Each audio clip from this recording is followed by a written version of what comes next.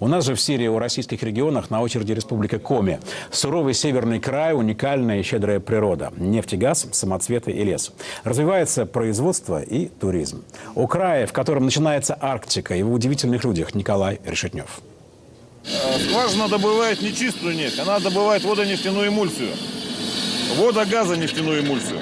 Нефть, которую добывают из усинских скважин, тяжелая. Тяжелая не по весу, а способу добычи. И так вязкая, как мазут, проходя через ледник, в земной коре она твердеет еще больше. Чтобы добраться до нефтеносных пластов, нужно пробиться сквозь 300-метровый слой вечной мерзлоты. Нефть на усинском месторождении добывают с километровой глубины. Называется она пермокарбоновой по названию пермского геологического периода развития Земли. Это 300 миллионов лет назад, но есть и более древние наслоения.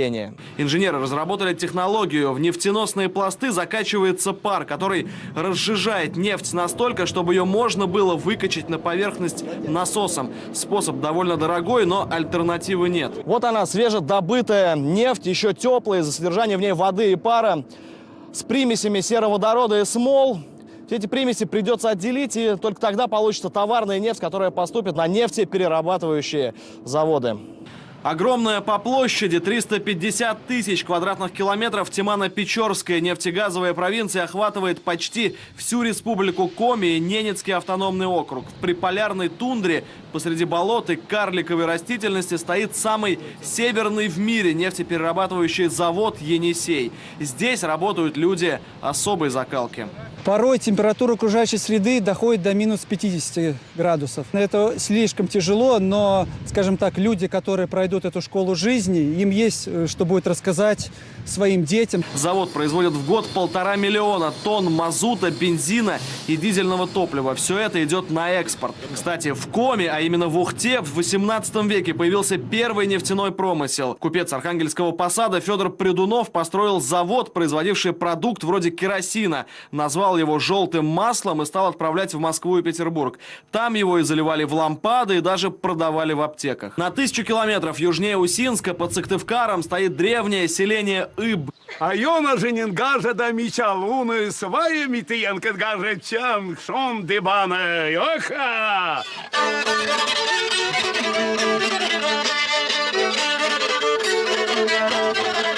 Финно-Угорский этнопарк разбили на окраине села. Тут есть изба с аутентичной утварью и настоящий чум. Построена деревянная гостиница, ресторан. В общем, все для туристов. Сюда часто приезжают финны и эстонцы, у которых с народом Коми общие корни. В силу тех обстоятельств и той среды, в которой находился Коми человек, у него так и остался до сих пор еще мифологический склад мышления. Я всегда к речке подхожу, я сразу здравствуй.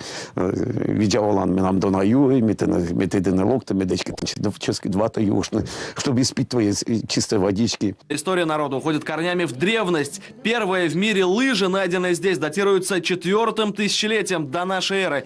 Неудивительно, что лыжница-рекордсменка Раиса Сметанина, которая собрала наибольшее число зимних олимпийских наград среди женщин, родом из этих мест. Раиса Сметанина становится 3-кратной победительницей Олимпиад. Туризм в Коми может приносить доход не меньше, чем нефть. Девственные заповедные леса, тундра и оленьи стада, чистейшие реки, полные рыбы, одно из чудес России – плато Мань-Пупунер, столбы выветривания, гигантские колонны природного происхождения, которым поклонялись манси.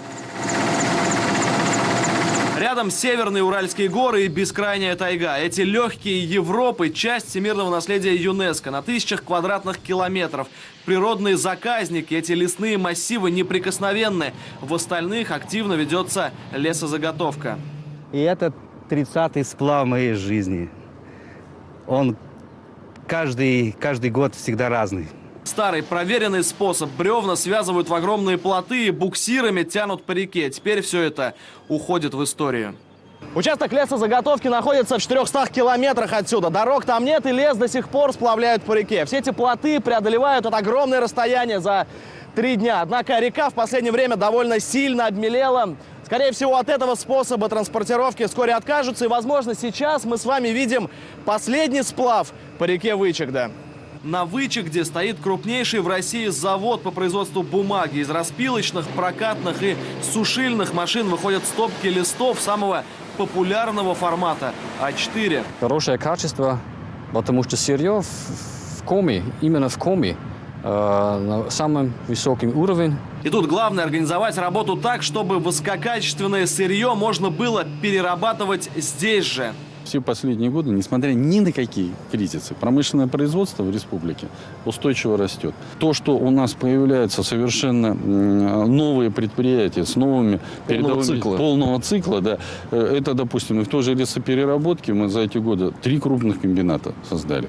Жить и работать в республике становится все привлекательнее. Сюда сейчас едут из других регионов. Хирург Евгений Сильченко свой коми-вояж готовил тщательно. Сначала съездил на разведку, убедился, что больница хорошая, потом решился, перевез сюда из Курганской области жену и дочь.